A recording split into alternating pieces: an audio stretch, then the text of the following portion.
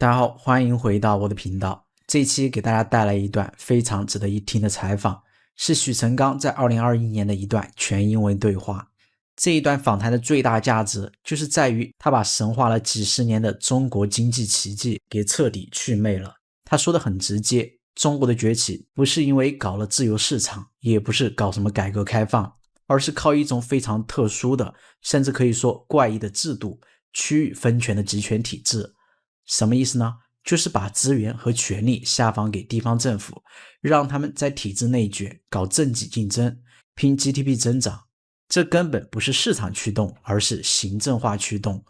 还有所谓的私营经济，在中国很长一段时间是非合法的，游走在灰色地带。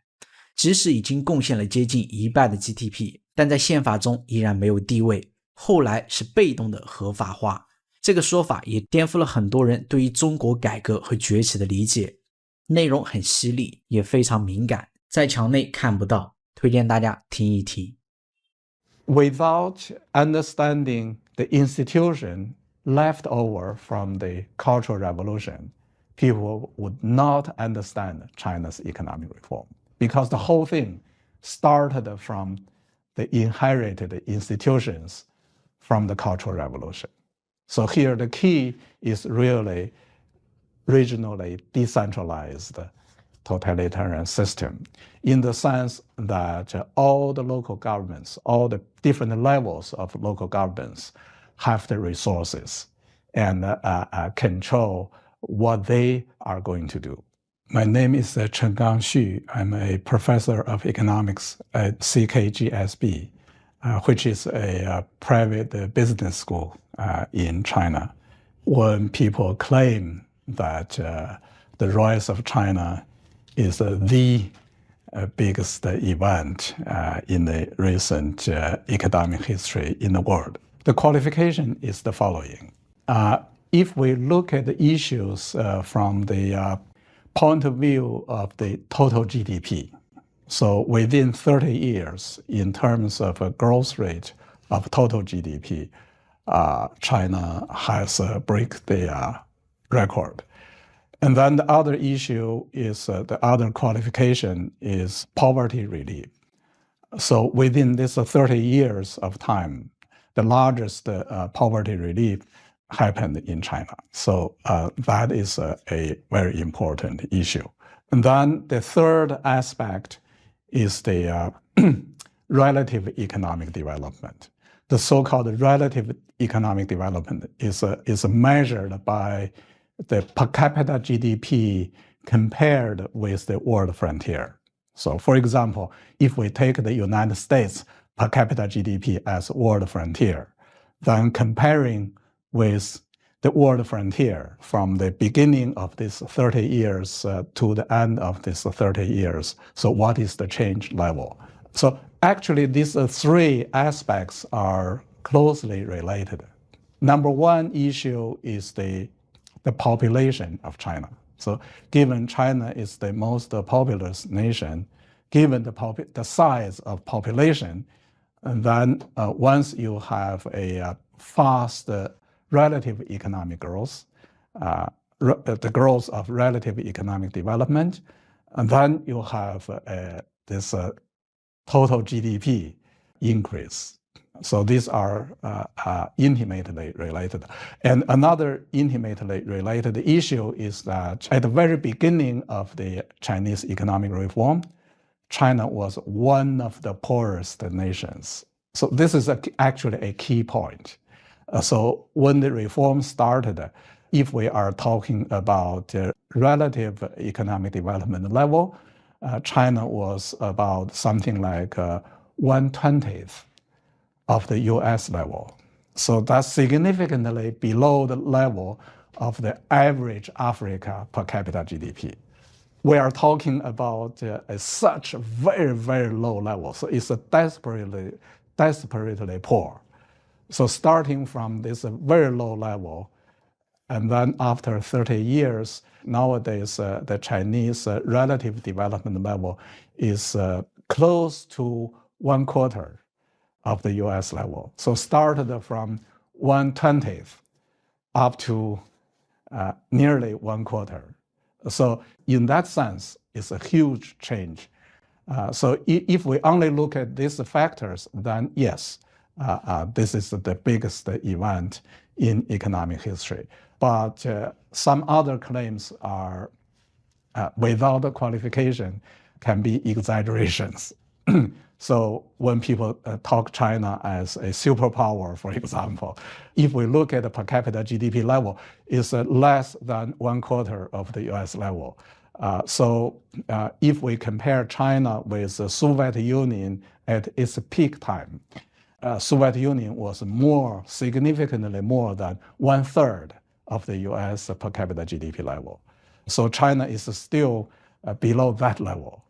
So we have to keep in mind in our understanding. And also, when we talk about this growth rate, the key point is that the starting point was very, very low. That's terribly important. So without understanding that, talking about the rise of China can be misleading.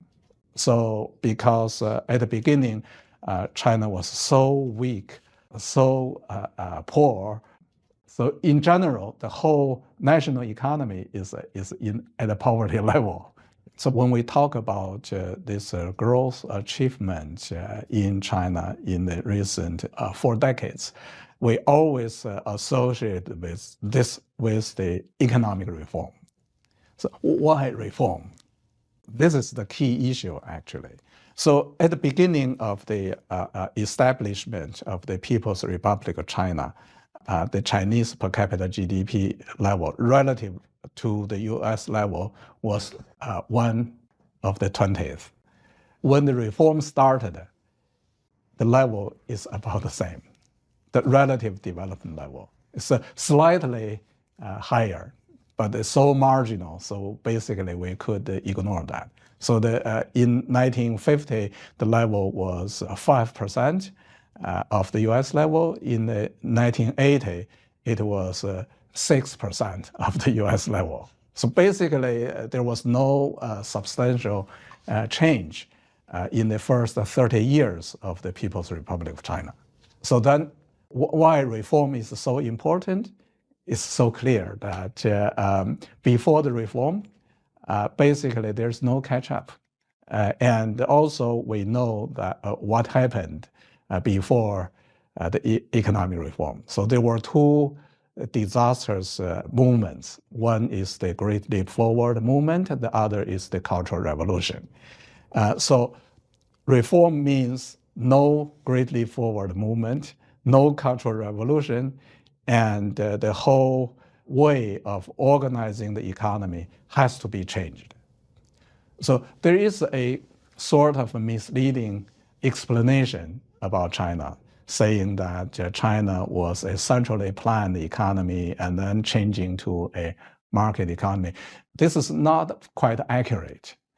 The so-called centrally planned economy, usually by describing in this way, implies the Soviet model. China,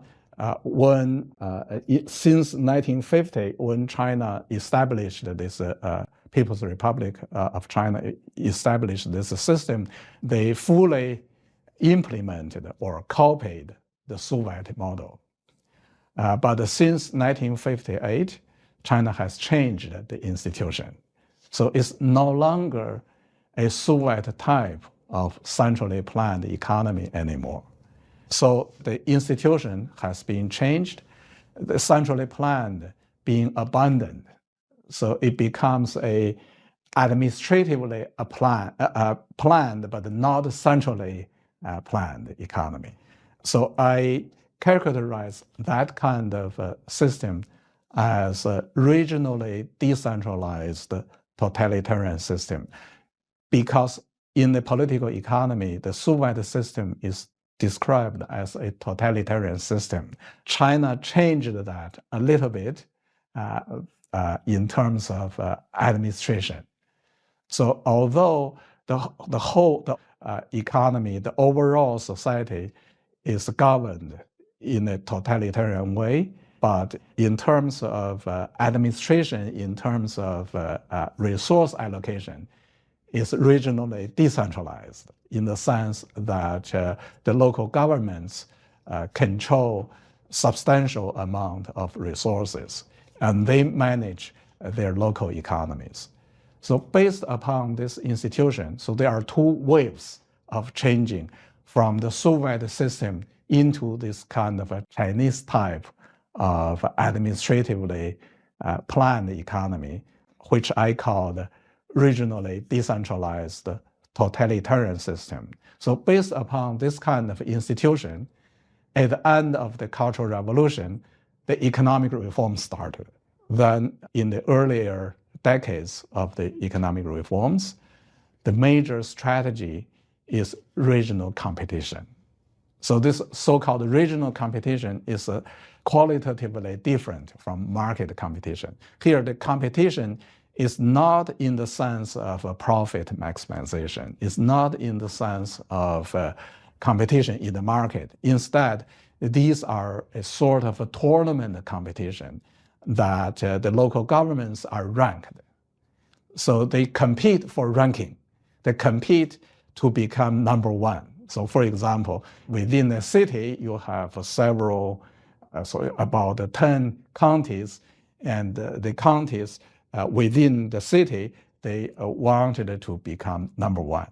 They compete for the number one position. And within a province, you are going to have roughly about 10 cities, and each city they are competing each other. They want to be the number one in the province.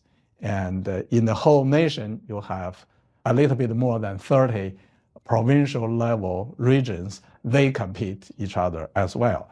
And here the key issue is what are the targets of the competition? So at the earlier stages of the economic reform, the competition target is GDP growth rate.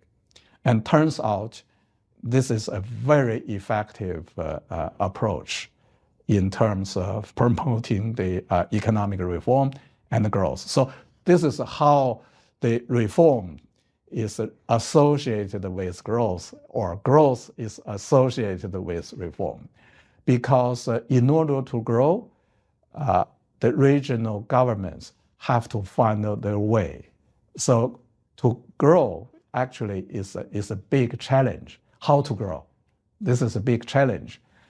So at the very beginning of the reform, there were lots of emphasis on the reform of the state sectors. But turns out that is not working well. That didn't work well. And the first successful reform was in agriculture. Actually, it involves the land reform. It's a partial privatization. Partial means there is no fundamental change in ownership, but the using rights have been privatized. So with using rights and also the exchange of using rights, these are privatized. So based upon that, there is a sort of industrial revolution in the sense of the rural industrial development. So at the very early stage of the economic reform, most of the growth actually occurred in this area, the so-called township village enterprises. Starting from a very low base up to the mid-1990s, the largest sector is this sector in the whole Chinese economy. And that actually is also the base for the private sector when the private sector became partially legalized in the 1990s. So then in the whole 1990s and early 21st century, China had a very rapid growth of the private sector. From zero to nowadays is more than half of the GDP being produced by the private sector. So if we look at the Chinese constitution, both the state constitution and the party's constitution, then we find that by constitutions, party constitution and the state constitution, private sector was not allowed. until 2002, the change of party's constitution, and 2004, the change of the state constitution. So until the early 21st century, private sector was not legal. However, up to that point, the private sector was already half of the GDP. So if we are talking about the so-called China miracle, what is the miracle? This is the miracle. 许成钢认为，中国经济在所谓的市场化之前，其实早就放弃了苏联那一套计划经济，搞的是一种更灵活但仍然高度集权的制度。怎么一个搞法呢？就是把地方政府推到第一线，让他们自己卷起来，拼 GDP 拼政绩。说白了就是一场升官的比赛，谁能搞出经济增长，谁就能上位，搞不好就滚蛋。这个体制不是市场驱动，而是行政在推动，但披着竞争的壳子，反而激发了一部分的效率。更重要的是，过去私营经济贡献了一半的 GDP， 但在宪法中一直没有地位，很尴尬。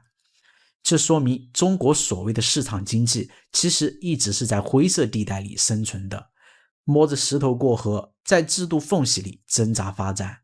他认为中国 GDP 的神话是在于中国一开始太穷，基数太低，所以增速看起来吓人。而另一方面，所谓的市场化，地方政府的竞争靠的是政治压力，不是真正的市场逻辑。至于私营企业，也不是谁保护出来的，是先做大了才被逼着合法。总之，中国的经济奇迹不是制度设计的好，而是在于不彻底改革的情况下，靠行政驱动、模糊底线、地方死拼硬卷搞出来的。这是奇迹，但也是一种制度悖论。好，以上就是这一期的全部内容，欢迎大家订阅点赞，感谢你的支持。